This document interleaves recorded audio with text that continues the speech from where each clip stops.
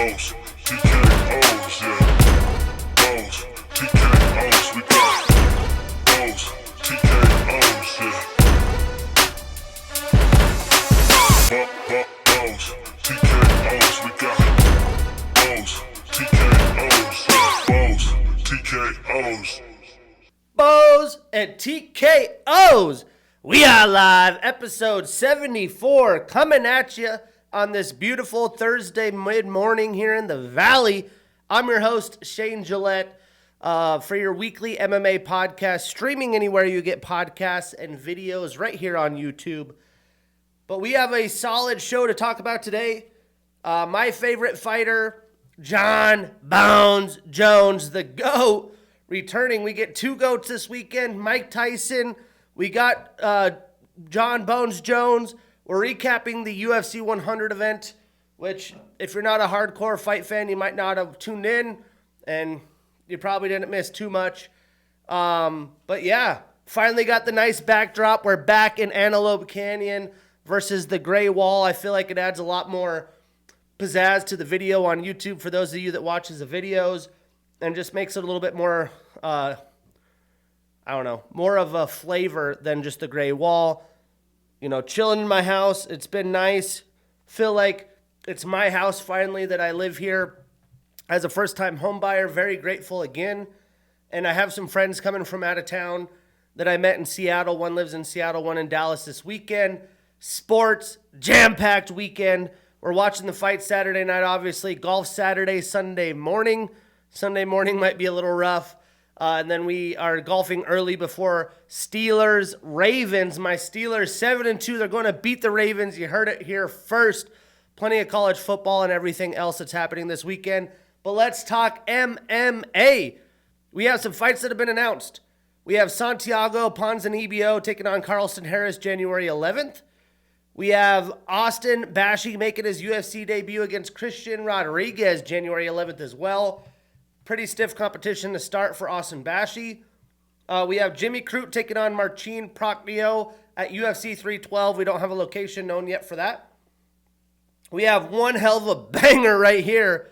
Edson Barboza, Steve Garcia, February 22nd. Really excited for that one.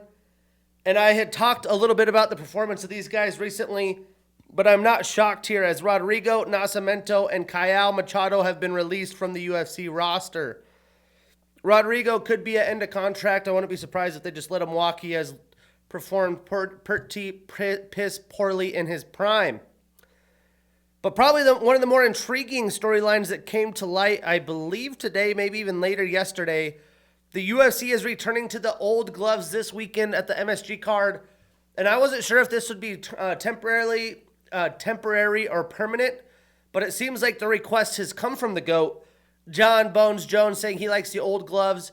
The fighters that I have seen comment on it are excited about the old gloves. They're not massive fans for the new gloves, but it was a Jon Jones request, so it may be a one and done.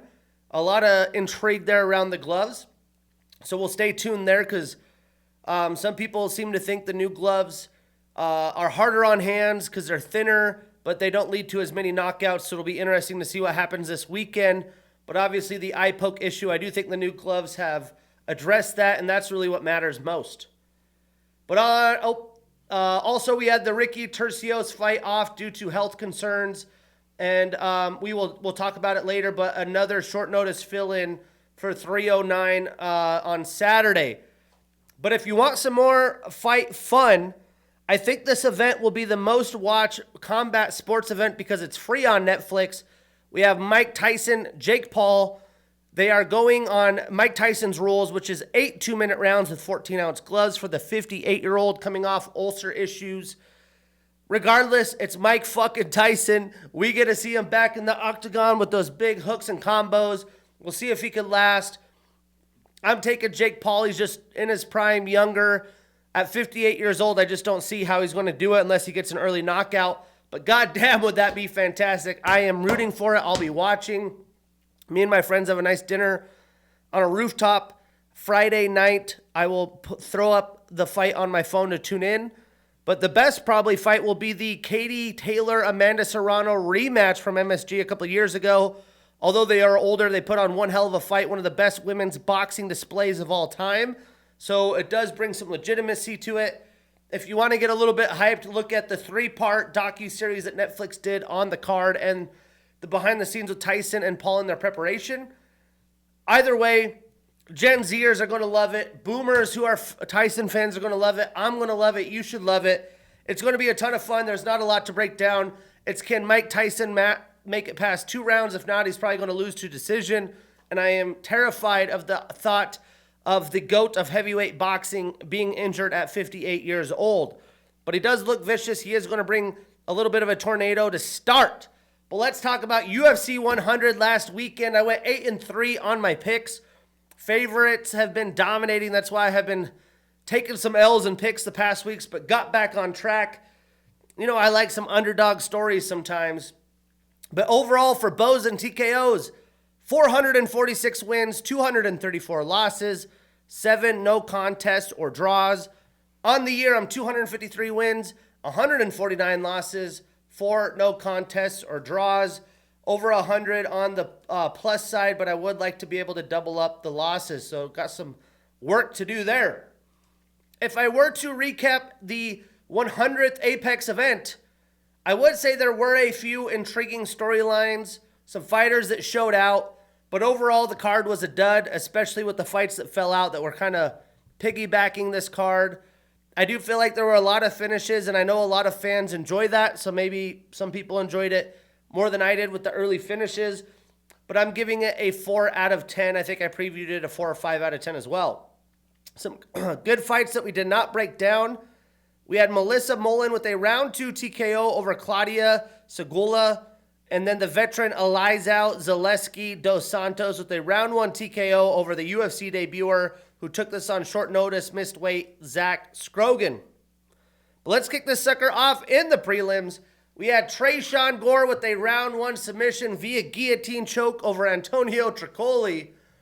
And I was pretty confident Trayshawn Gore would win, but this fight did not last long at all. I'm still not sure how Antonio was able to just give up to a shorter fighter a standing submission so easily, but it was slight work for Trayshawn. That's got to feel good. He should look to get another fight booked as soon as possible, potentially even before the new calendar year. But as expected, he came in with a beautiful blast double, picked him up, put him down. Tricoli, got to give him credit, he did get back up, but Gore got that gilly with ease. Again, crazy with the height differential. That's his second standing guillotine of late. In stats, it only took Trayshawn 5 total and 3 significant strikes with the takedown. He had the 45 seconds of control time. And Antonio landed 2 total and significant strikes, was 0 for 1 in takedown attempts himself. So Trayshawn extends his winning streak to 2. He's 2-2 in the UFC. Antonio extends his losing streak to 2. Both of them have come in the UFC. So what's next? Well, I highly doubt Antonio fights in the UFC again. But if he does, let's give him AJ Dobson. And let's have Trayshawn Gore and either Edmund Shabazian or Jacob Malkoun, whoever's more down to fight sooner. I think those would be ideal fights and potentially fighting for a roster spot or a career killer, especially if it's Malkoun. Moving on to what I thought would be fight of the night potential, and it was really dominant with Damon Blackshear getting a round 1 submission via rear naked choke over Cody Stamann. Performance of the night, 50 G's for Damon. 2 fights I got right here to kick it off.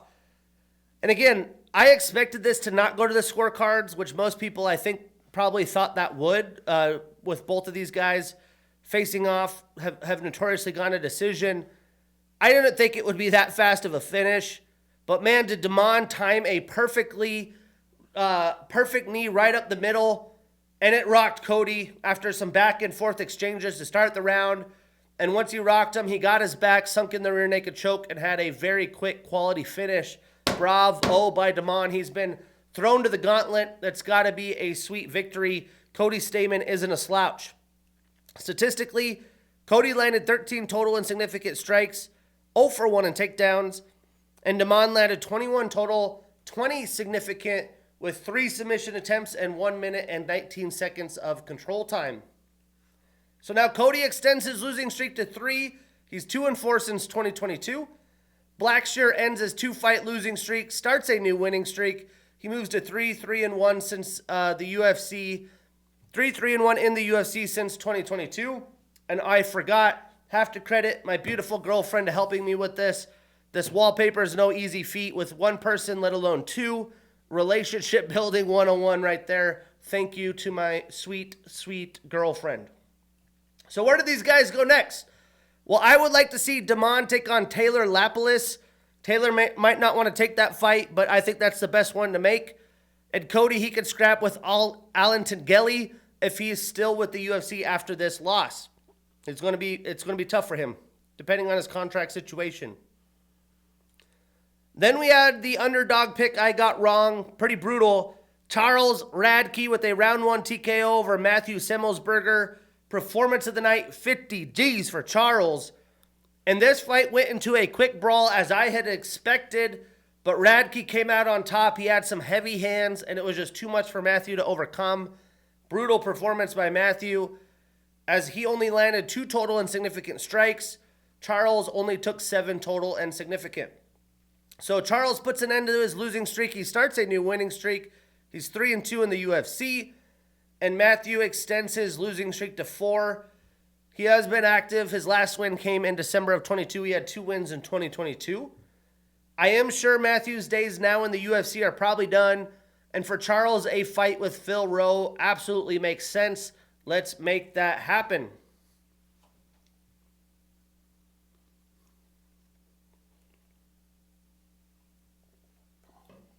So moving on, we had Denise Gomez with the unanimous decision over Karolina Kowalkiewicz.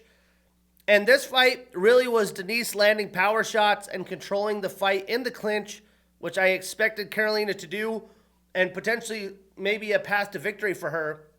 But Gomez was in complete control, and then through the fight, pretty slow round 1 and 2, slight wins of the rounds by Gomez.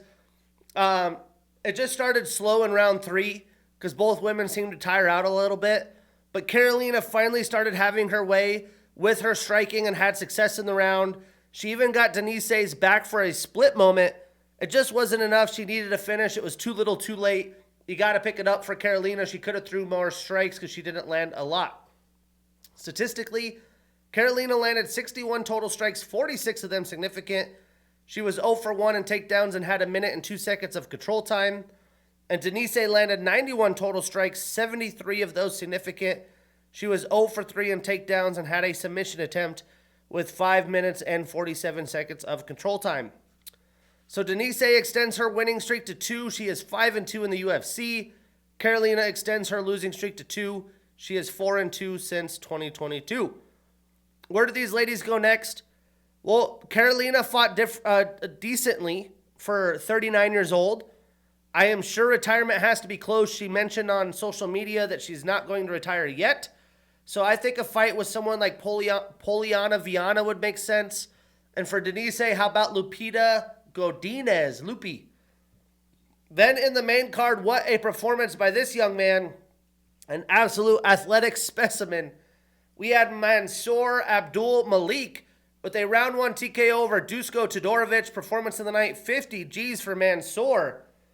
And this was an underdog chance I took just due to experience and really not knowing what Mansour is fully capable of. But we had a complete domination by Mansour. He was able to run right at Dusko, just like Khamzat. He had a little Khamzat style in him. He knocked Dusko down, pounced on him, and landed some absolutely brutal, heavy grounded pound. And Dusko was just trying to survive, looking to bring in some heel hooks, some ankle locks, and it just wasn't enough. Mansour's power and aggressiveness completely took over this fight. Watch out for Mansour Abdul Malik, man. And only took him 31 total strikes, 29 significant with the knockdown, and 1 minute and 27 seconds of control time. And Dusko only landed 3 total and significant. So Mansour stays undefeated. He extends his winning streak to 7, 2-0 in the UFC, including the Contender Series, which if you guys don't know, I include the Contender Series fights in the Ultimate Fighter, sometimes semifinal or finale, because a lot of those are UFC quality. But where do these guys go next? Well, Dusko extend his losing streak to 2. He's a brutal 1-3 since 2022, plus overcoming a couple injuries. But I'd love to see Mansoor fight Dustin Stoltzfus. I think he clearly needs a step up and jump in competition. And Dusko could take on Josh Fremd. That would be the fight to make next. Moving on, we had Jillian Robertson with a unanimous decision over Luana Pinheiro. And this fight played out exactly about how I'd expect, as Jillian put on a dominant display. She out-grappled Luana, smothered her, and just bullied her as she has in her last few fights. And Luana had some chances with her striking, but nothing really significant. In round 3, Jillian had just broken her by that point. Luana spent most of her energy defending the takedowns, which she did defend quite a few, so credit to her there. But what a performance by Jillian. She is peaking right now. Her and Dean Thomas looking good. Statistically, Luana landed 63 total strikes, 42 of them significant with a reversal. Jillian landed 78 total, 52 of those significant. She had 5 takedowns, although it was in 17 attempts, and 8 minutes and 13 seconds of control time. So Jillian extends her winning streak to 3. She is 5-2 since 2022. She moves up 2 spots in the rankings to number 12. And Luana extends her losing streak to 3. She's only 1-3 since 2022, moving down 1 spot in the rankings to number 14. Yasmin Lucindo is taking the division on storm. She's jumped up the rankings, but I think Jillian and Yasmin seems like the appropriate matchup. We don't need to rush Lucindo, only like 23 years old. And for Luana, I think Tisha Pennington would be a great dance partner, and that would be a fun showdown as well. But when I said intriguing storylines, there was 2 fighters I was really looking forward to seeing, including Rainier de Ridder with a round 3 submission via arm triangle over Gerald Meerschaert. He submitted the submission artist. Bravo to Rainier. And this fight was the highlight. It was a beautiful display of the full mixed martial arts arsenal if you're a true fight fan. And that's very typical for a Meerschaert fight. But I was interested to see how Rainier would be able to handle UFC competition. Gerald's no slouch at this point in his career still, and he showed what he's capable of. It did seem like Gerald was going to control the fight as he was stuffing a lot of Rainier's takedown attempts early, and he wasn't giving Ridder what he wanted until about round 3.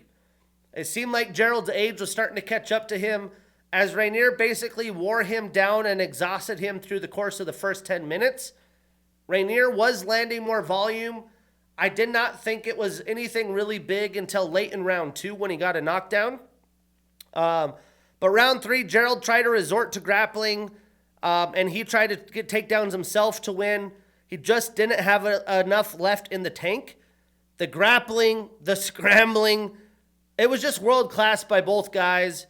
I wasn't really blown away by Rainier's striking, as Gerald definitely showed that he had more power.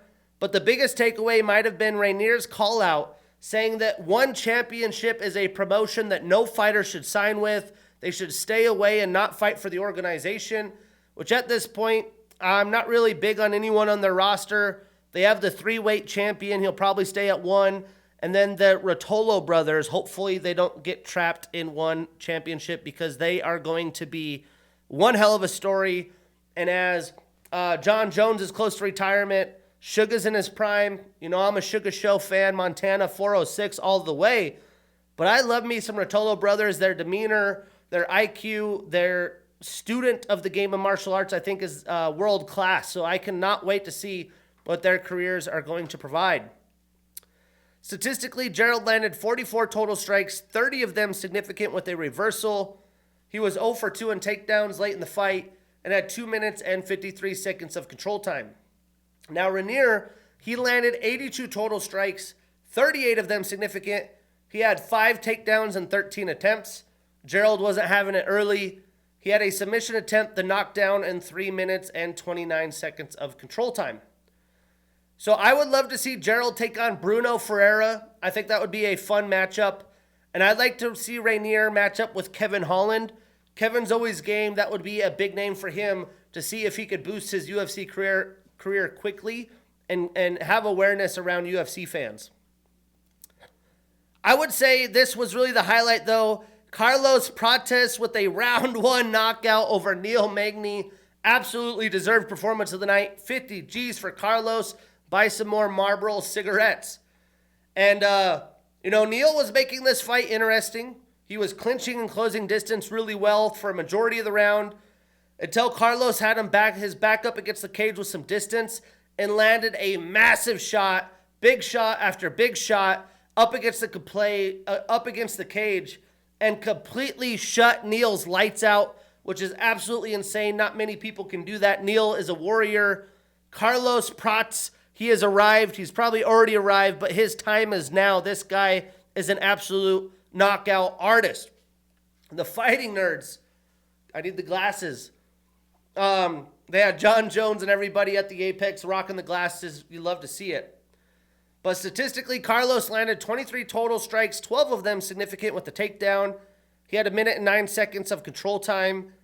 Neil landed 23 total strikes as well, 10 significant. He was 0 for 7 in takedown attempts and had 1 minute and 31 seconds of control time. So what's next? Well, Carlos extends his winning streak to 12, an impressive 5-0 in the UFC, and he jumps into the rankings at number 13. Neil extends his losing streak to 2. He's 4-5 since 2022, and he exits the top 15. Carlos, after the fight, called for Jack Della Maddalena or Jeff Neal, but I do think Jeff Neal is probably the next fight for him. That should be booked sooner than later. And Neil could go back to the drawing board and take on up-and-coming veteran Renat Fakhretdinov, try to put a stop to another boosting high-momentum train in the UFC. But that was UFC 100. Carlos Prates, Reinier de Ridder, and Jillian Robertson and Mansour Abdul Malik stealing the show. I can't wait to see what's next for Mansour, Reinier, and Carlos especially. But what I'm excited for is this MSG weekend. UFC 309, early prelims at 3 p.m. Pacific. Prelims on ESPN News at 5 p.m. Pacific. And obviously the main card pay-per-view. Let me get a little hydration here. If I were to preview this card, I would say it's not a massive pay-per-view card. It is leaned heavily on the main and the co-main, but that alone has me fired up. I can't wait to see Jon Jones back in action. Although he completely dominated Cyril Gane, I feel like we were a little bit robbed of Jon Jones. And the story for Jon Jones fans is he just hasn't had a ton of time in the octagon, suspensions, personal issues. I'm not going to sit here and knock Jon Jones when he's in the octagon. The guy's an animal, and anyone that doubts what he's capable of, his IQ, his studying, and his appreciation of the sport and his maturity these days are top of the world, high-class stuff. And I am so excited to see him against a quality competitor. I don't care what you say. At 42 years old, Stipe Miocic is still a problem and will beat a lot of heavyweights on the roster. We have Bo Nickel and Mauricio Ruffy that will definitely bring some intrigue here, especially for me. We have the Araujo Karine Silva fight, which is a big fight in women's MMA. Ruffy probably going to absolutely dominate. He dominated his first 2 opponents that he was matched up with. He's been way better, and his opponents were better than what he's getting here on short notice. But the prelims and early prelims, nothing to really get too excited about. They're veteran heavy, but I am excited to continue to see what Marcus McGee can do. I'm previewing this pay-per-view 7 out of 10. And in the year of 2024, epic year for the UFC. TKO stock is boosted, a lot of it because of the UFC. I'm not a big WWE fan. I don't talk a lot about it, but there's a lot of fans there. It's boosting as well. It's hard to give a pay-per-view a preview 8, 9 out of 10 because of UFC 299, 300, and what we saw at 308. But some good fights we will not break down. We have Veronica Hardy taking on Contender Series alum Eduarda Mora. We have Basil Hafez taking on Contender Series alum Oban Elliott. And we have Mickey Gall taking on LFA alum Ramiz Brahimaj. And then Mauricio Ruffy is getting a short notice opponent, James Lontop, and that'll now be taking place at a catchweight 165. And then Lucas Almeida announced yesterday he was out against David Onama. So Robert Ramiro will be making his UFC debut. I was going to preview David and Lucas, but I know nothing about Robert. I don't really care. I expect David to make slight work of that fight. So let's kick this bad boy off in the early prelims. The only early prelim fight we'll be previewing, we have Marcin Tybura, 39 years old with a 25-9 record and the number 9 next to his name, taking on Janata Deniz, 33 years old with an undefeated 8-0 record. And this is a really solid fight. I'm excited here. I was excited to see Deniz against another striking heavy fighter in Derek Lewis, but he's going to get a lot of grappling attempts from Tybura because especially on short notice, you got to stick to a path to victory and game plan that works. And I expect that from the wily veteran.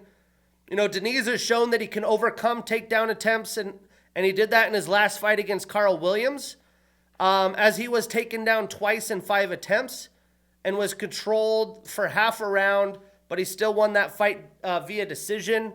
But I think this is the next level of grappling ability with Tybura. And that was actually on the same night that Tybura was submitted in the first round by Sergey Spivak. But Sergey Spivak is definitely coming into his own right now. Breaking this down, Marcin trains out of Syndicate MMA with a black belt in BJJ. He's an M1 alum and former champion. He's on a 1-fight losing streak, 3-2 since 2022. 9 of his 25 wins are via knockout, 7 via submission, so 16 of his 25 wins come via finish, and he does have a 5-inch leg reach advantage. Now, Janata has a kickboxing and Muay Thai style. He has a black belt in Muay Thai and a blue belt in BJJ. He's a Contender Series alum, and 7 of his 8 wins come via knockout. Now, Deniz really impressed me in his last fight. I do think he's very capable against an almost 40-year-old veteran. You know, he just turned 39. But Marcin is always overlooked. He typically continues to showcase to the UFC world, including myself, that he is a lot more capable than you think. He has recent wins over Tai Tuivasa and the likes of Bagoy Ivanov and Alexander Romanov last year. I do think Deniz is going to have the slight striking advantage in this fight. He does have paths to victory, but Tybura is a big heavyweight. He's going to do a lot better with the takedowns that he gets, and will probably have a lot better with control time, unlike Carl Williams, and he will try to submit you and be active once he gets those takedowns. For that reason, I'm taking the veteran. I'm taking Marcin Tybura. Let's see what the new Vegas odds are. I've seen this back and forth, pretty much a coin flip fight, which honestly, it's a coin flip. That's why I'm taking the veteran. Let's see what the updated odds are. Currently, Marcin Tybura is the favorite, so no underdogs coming to eat. I am taking the Vegas favorite, Marcin Tybura. I am putting him on that parlay. We marking that ish down, and we getting that bread. Moving on. We have in the prelims the vet of all vet showdown. We have Jim A10 Miller, 41 years old with a 37-18 record, taking on Damon the Leech Jackson, 36 years old with a 23-7-1 record. This is a fun vet showdown for MMA fans. It is fitting that these two match up, as it's a surprise they haven't fought yet in their UFC careers. I do feel like Jim is having that late career resurgence. He's got the Lyme disease under control. And even though he's coming off a loss against Bobby Green, he has been fighting at a high level. Damon's had a tough couple years, but he has been fighting some of the top competition in the division. Breaking this down, Jim has accolades for days. When you talk about a blue-collar, just traditional veteran that's just been there, done that with work ethic, that is Jim Miller, ladies and gentlemen. Jim, he's a southpaw fighter. He has a black belt in BJJ. He has a D1 wrestling background out of Virginia Tech. He's a Cage Fury alum and former champion with 1 successful title defense and a Ring of the Cage alum. He's on a 1-fight losing streak, 4-2 since 2022. I mean, it's crazy to think the veteran at 41 has 6 fights in 2 years. 2 of his last 3 fights have been performance of the night. So not only is he active, but he's showing up, he's showing out. He had the 2012 Fight of the Year against Joe Lozon. He has the most wins in UFC history at 26, the most wins in lightweight at 23, most bouts in UFC history at 44, most bouts in lightweight at 41, the most finishes in lightweight at 16. He's tied with Frank Mir for the most first-round finishes in UFC history at 11. He's tied with Charles Oliveira for most submission wins in UFC lightweight history at 10. I expect one of these guys to be able to add to that. He has the most submission attempts in UFC history, UFC lightweight history, and in UFC history. 48 in the UFC, 45 at lightweight. He fought at featherweight before. He has the most total fight time in UFC lightweight division history. 6 hours, 47 minutes, and 47 seconds. The most decision bouts in lightweight history at 19. And he's the only fighter to fight at UFC 100, 200, and 300. And 20 of his 37 wins are via submission. Now, Damon trains out of Fortis MMA. He has a brown belt in BJJ. He's a King of the Cage, Bellator, and Legacy FC alum. He's a former Legacy FC champion and interim champ. He's also a LFA and PFL alum. He's on a 1-fight losing streak, 4-3 since 2022. 15 of his 23 wins are via submission. 4 of his 7 losses are via knockout, and I expect Jim to come out hot and aggressive early to get that finish. You know, Jim's up there in age, but man, is he fun to watch. And I expect this to be a high-paced dogfight. I think it's going to go a little bit everywhere. We'll see some grappling. We'll see some stuff up against the cage. This will be a ton of fun for the fans. Get the momentum cranking up before the main card. And it would be wild if Damon scored a submission victory against a submission leader in the UFC. But I do think this is going to be a war of attrition. Who has more gas in the tank late? And it's hard for me to bet against a fighter who's looked better of late, has a 5-year age advantage. For that reason, I'm taking Damon Jackson. I'm avoiding this on any parlays. He is the Vegas favorite. Moving on, we have Chris, the All-American Weidman. And just real quick, since we're talking about veterans, at MSG, 41 years old, almost 42. I wouldn't be surprised if Jim Miller or Chris Weidman call this a career. But Chris is 40 years old with a 16-7 record, taking on Eric ya boy Anders, 37 years old with a 16-8 record. Whether it was Eric, his team, or somebody he trains with, the trademarked ya boy nickname, I always talk about it. I love it. It's fun. Now, this fight stylistically is a fun matchup. This one should deliver for fight fans as well, set the tone again for the card. Both fighters are well-rounded. Chris seems to be improving a little bit since all of his injuries that have been well documented, but must be close to retirement with the win here, especially in New York. And this very well could be the last dance for him regardless of the outcome. Now, Eric is looking to stack up wins to keep his UFC roster spot and continue to fight meaningful fights. No one wants to fight the back of the division in their late 30s, so I do feel like there is a ton on the line here for Eric. Breaking it down, Chris has a black belt in BJJ. He trains at a Serra Longo fight team. He has a D1 wrestling background out of Hofstra. He was a 2-time All-American. He placed 6th in the 06 NCAAs and 3rd in 07 his senior year. He's a former UFC middleweight champion with not 1, not 2, but 3 successful title defenses. Not easy to do. He had the 23 upset of the year and knockout of the year against Anderson Silva. He has the most takedowns landed in a UFC middleweight division history at 43 of them things. He was the 2013 Fighter of the Year, 2011 Newcomer of the Year. He's a Ring of Combat alum and former champion with 1 successful title defense, and he's on a 1-fight winning streak. He is 1-1 since 2022. 6 of his 16 wins are via knockout, 4 via submission, so 10 of his 16 wins have come via finish, and 6 of his 7 losses are via knockout. and he is rocking a 3-inch reach advantage in this fight. Now, Eric has a kickboxing and BJJ style. He has a brown belt in BJJ. He trains here in Phoenix at a Fight Ready MMA. He played college football at Alabama as a linebacker. He won the what was then called the BCS championship in 2009.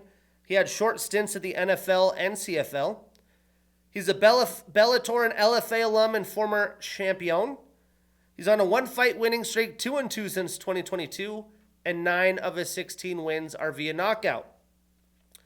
Now, both men have definitely relied on their grappling and wrestling of late, and it's going to be interesting to see who has the advantage here.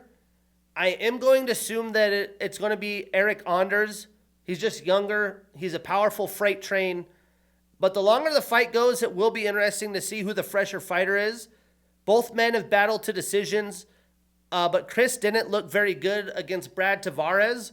So I do think that Eric is going to be creative with his striking and be able to do just enough on the scorecards. Chris struggled against a not very high-quality talent in Bruno Silva. I think Eric's better than him, so it should be a very close back-and-forth affair. But if Chris can get the calf kick going, piece up Anders' leg, and use that to find his path to victory, I would not be shocked. But I'm taking your boy. I'm taking Eric Anders, but I am not putting this on a parlay. This is a 105 minus 115 coin flip fight, 102 on some. So really is 50-50 as it gets, and I see it that way. But I'm taking your boy, Eric Anders. Moving on. We have Marcus, the Maniac McGee, 34 years old with a 9-1 record, taking on Jonathan Dragon Martinez, 30 years old with a 19-5 record and the number 13 next to his name. Now this should be a fun collision course. We have two men in their primes. You know, Marcus is a little bit of an older fighter to not have a lot of UFC experience at 34, but he has cruised through his competition. He is needing that top 15 quality win on his resume. He's taking on an always improved Jonathan. From fight to fight, he's always showing out and showing that he's been working in the gym. And what he's known for is that trademark vicious leg kick, high, low, doesn't matter. I do expect that to provide some challenges to Marcus, as he hasn't faced something like that. But I do think Marcus is more of a well-packaged, well-rounded striker. And he has solid grappling, and I expect that to come into play. Breaking this down, Marcus trains out of the MMA lab. He's an LFA alum. He's on a 5-fight winning streak, 3-0 in the UFC, and 8 of his 9 wins come via knockout. Jonathan has a blue belt in BJJ. 2 of his last 4 fights have been performance of the night. He's showing up. He's showing out. He's a Fury FC and Legacy FC alum. He's on a 1-fight losing streak and 5-1 since 2022. 9 of his 19 wins come via knockout as well. Now, Marcus, he trains with some of the best bantamweights in the UFC at the MMA lab. I don't think there's a better bantamweight gym in the world right now. He should be well prepared. As long as he doesn't stay at kicking range and get picked apart, I do think he's going to be the bigger, more durable, and more powerful fighter. I think he cuts down because he always looks a lot bigger than his opponents. I'd expect a good amount of takedown attempts as well. And Marcus hasn't been to a decision in the UFC yet, so expect a ton of fireworks here before the main card. It will be interesting to see how Marcus handles the big lights, as this is his first fight outside the Apex in the UFC. That could do something to you.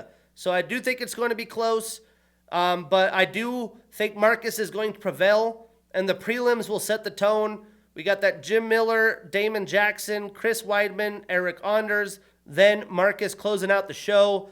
I'm taking the Maniac. I'm taking Marcus McGee. We are putting him on that parlay. We marking that ish down, and we getting that bread. And Vegas says Marcus is actually the favorite. I'm surprised by that, but I would agree. But kicking off the main card, a short notice rollout. We have the Mauricio Ruffy fight. Short notice. We have Mauricio one-shot Ruffy, 28 years old with a 10-1 record, taking on James Goku Lontop, 25 years old with a 14-4 record. Here we get another showcase from the Fighting Nerds, the hottest team in town. But this is Mauricio's third opponent for this card. So I'm sure it's been somewhat of a wild training camp. Now it's at 165. James hasn't had a lot of success in the UFC. He's only 25 years old, but is still seeking his first UFC win post-Contender Series. Now, obviously, Mauricio trains out of Fighting Nerds. He's a Contender Series alum. He's on a 5-fight winning streak, 2-0 in the UFC, and all 10 of his wins have come via knockout. Now, James is also a Contender Series alum.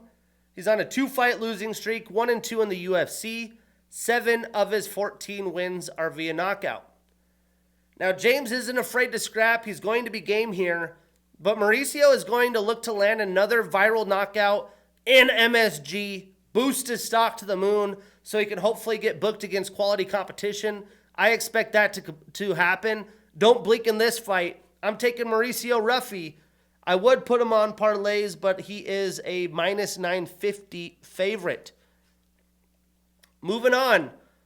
A quality showdown here in the women's side of things. We have Karine the Killer Silva, 30 years old with an 18-4 record and the number 11 next to her name, taking on Vivi Araujo, 37 years old with a 12-6 record and the number 9 next to her name. Now, Viviani has been atop of the division for quite some time. She was very, very close to a title shot, but as she is now in her late 30s, it has not treated her as well, as she has lost against some of the top competition in the division over and over. So now she is trying to stay in the top 10, fend off some of the young up-and-comers that are in their primes. Breaking this down, Karine is an orthodox fighter. She is a Contender Series alum. She's on a 9-fight winning streak, 5-0 in the UFC.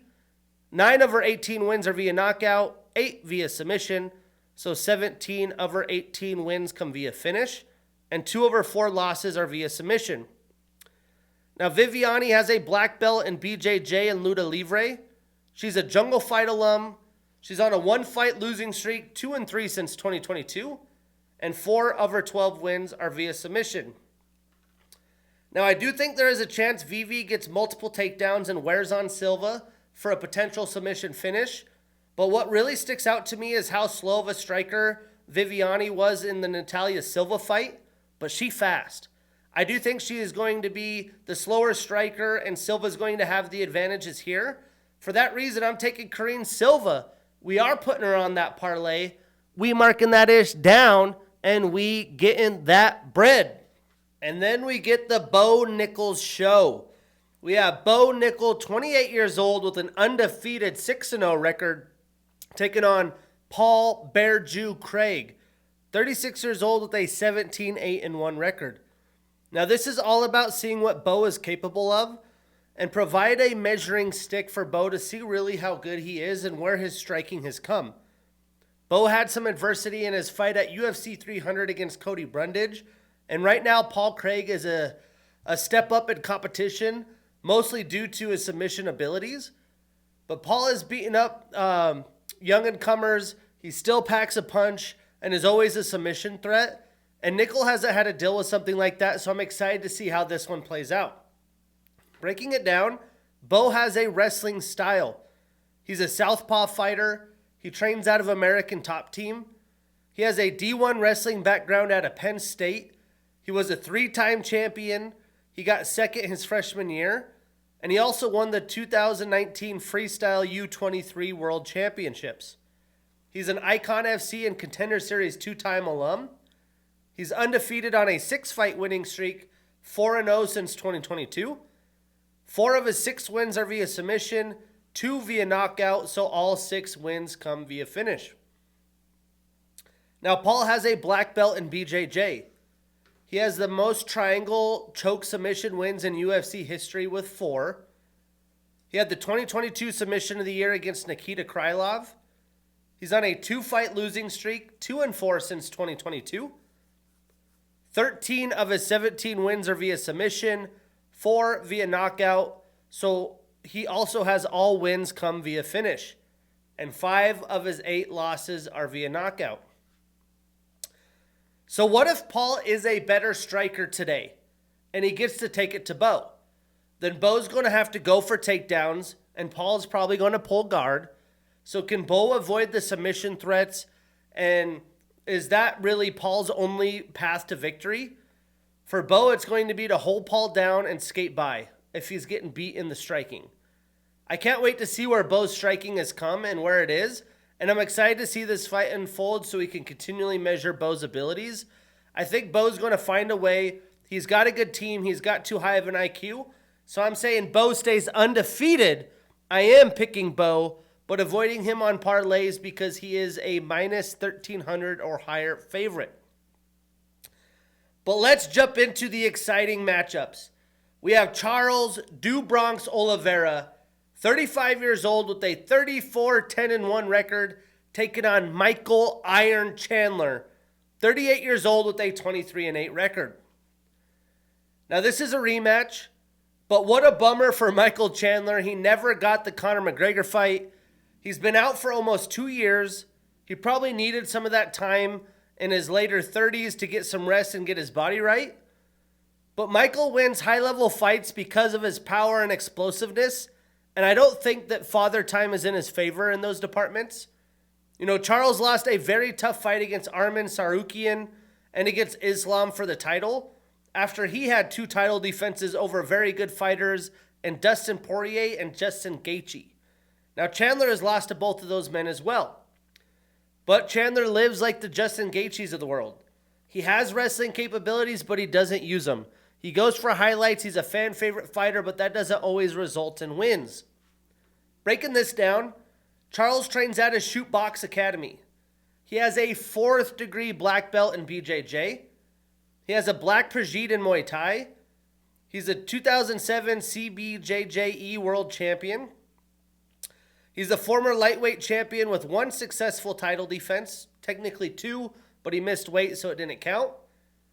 He has the most performance of the night bonuses in UFC history with 13. Do Bronx shows up, he shows out.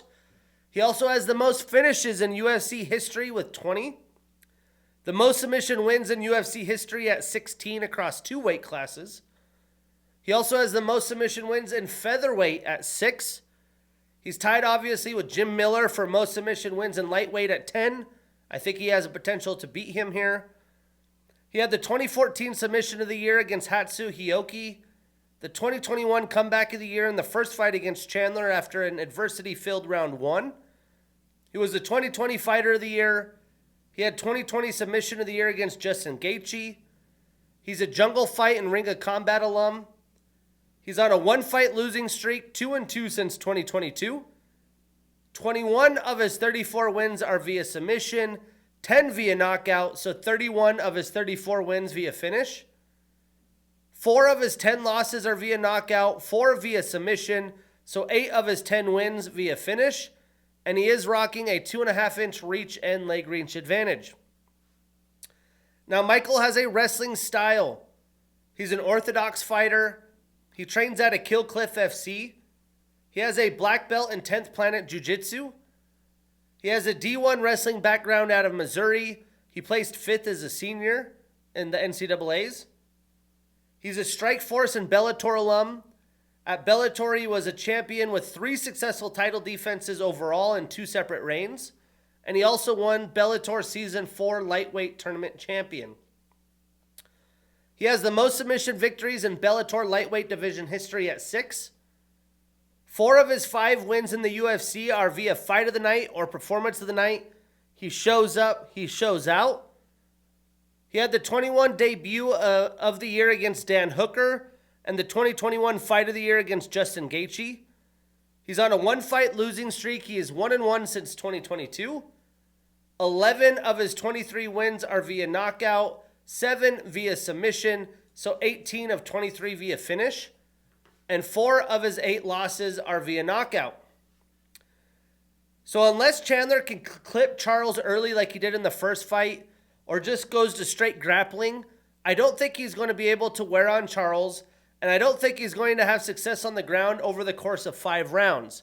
Although there is not a title on the line, this is a 5-round affair. which I do think plays into Charles' favor. We know what a win by Michael looks like, as he almost did it in the first matchup, but he ran out of time. Winning a first matchup gives a fighter somewhat of a mental advantage going into the second bout. I do think Charles is going to be hungry after some tough losses of late. Plus, he is still in his prime window at 35 years old. For that reason, I think Charles does it again. I'm taking Dubronx. I am putting him on that parlay. We marking that ish down, and we getting that bread. Moving on to the main event. We got Jon Bones Jones, 37 years old, with a 27-1 record, which really is 27, should be 28-0 due to the no disqualification. Taking on Stipe Stone Cold Miocic, 42 years old with a 20-4 record and the number 8 next to his name. Well, fight fans, it's time! Bones Jones is back after almost 3 years. We get the return of the best heavyweight champ of all time, Stipe Miocic, as well. There are a ton of unknowns of how prepared Stipe is, where he is mentally. And for Jon, I don't think this is going to be, slight work per se, like it was against Cyril Gane, as Stipe doesn't have a glaring weakness like Cyril did. But I do think his age and how many shots he could take after that brutal Ngannou knockout, that's the big question that will be tested. Breaking this down, Jon has a purple belt in BJJ. He has a JUCO wrestling background out of Iowa Central Community College, where he won the JUCO championships in 2006. He's the current heavyweight champion and former light heavyweight champion. He had 11 successful title defenses over 2 reigns and also the interim light heavyweight champ. That's what separates him, the longevity, 11 successful title defenses. If we get 3, 4, 5, or even up to 8, that's big time in today's UFC, but not for Jon Jones. He has the most consecutive title defenses in lightweight history at 8, and the most successful title defenses in the light heavyweight division at 11. So 8 consecutive, 11 successful. He's tied with Demetrius Johnson for most successful title defense in UFC history at 11. He had the longest light heavyweight championship reign in UFC history, spanning over 1,501 days. He has the most wins in UFC title fights at 15. Most wins in UFC light heavyweight title fights at 14. The most UFC title fights at 16. The most UFC light heavyweight title fights at 15. He's the youngest fighter to win a UFC championship at 23 years old and 242 days. He's the 8th multi-divisional champion in UFC history. He has the most total fight time in UFC title fights at 4 hours, 41 minutes, and 51 seconds. He has the longest unbeaten streak in UFC history at 19. Most consecutive wins in UFC light heavyweight history at 13. Most wins in UFC light heavyweight division history at 20. Most decision wins in UFC light heavyweight history at 10. Most unanimous decision wins in UFC light heavyweight division history at 9. The most total fight time in light heavyweight history, 5 hours, 40 minutes, and 15 seconds. The most significant strikes in light heavyweight at 1,463. Most total strikes at light heavyweight, 1,835. The highest takedown defense percentage in lightweight history at 95%. He also had the most total leg strikes landed in a UFC light heavyweight bout, 111 versus Anthony Smith.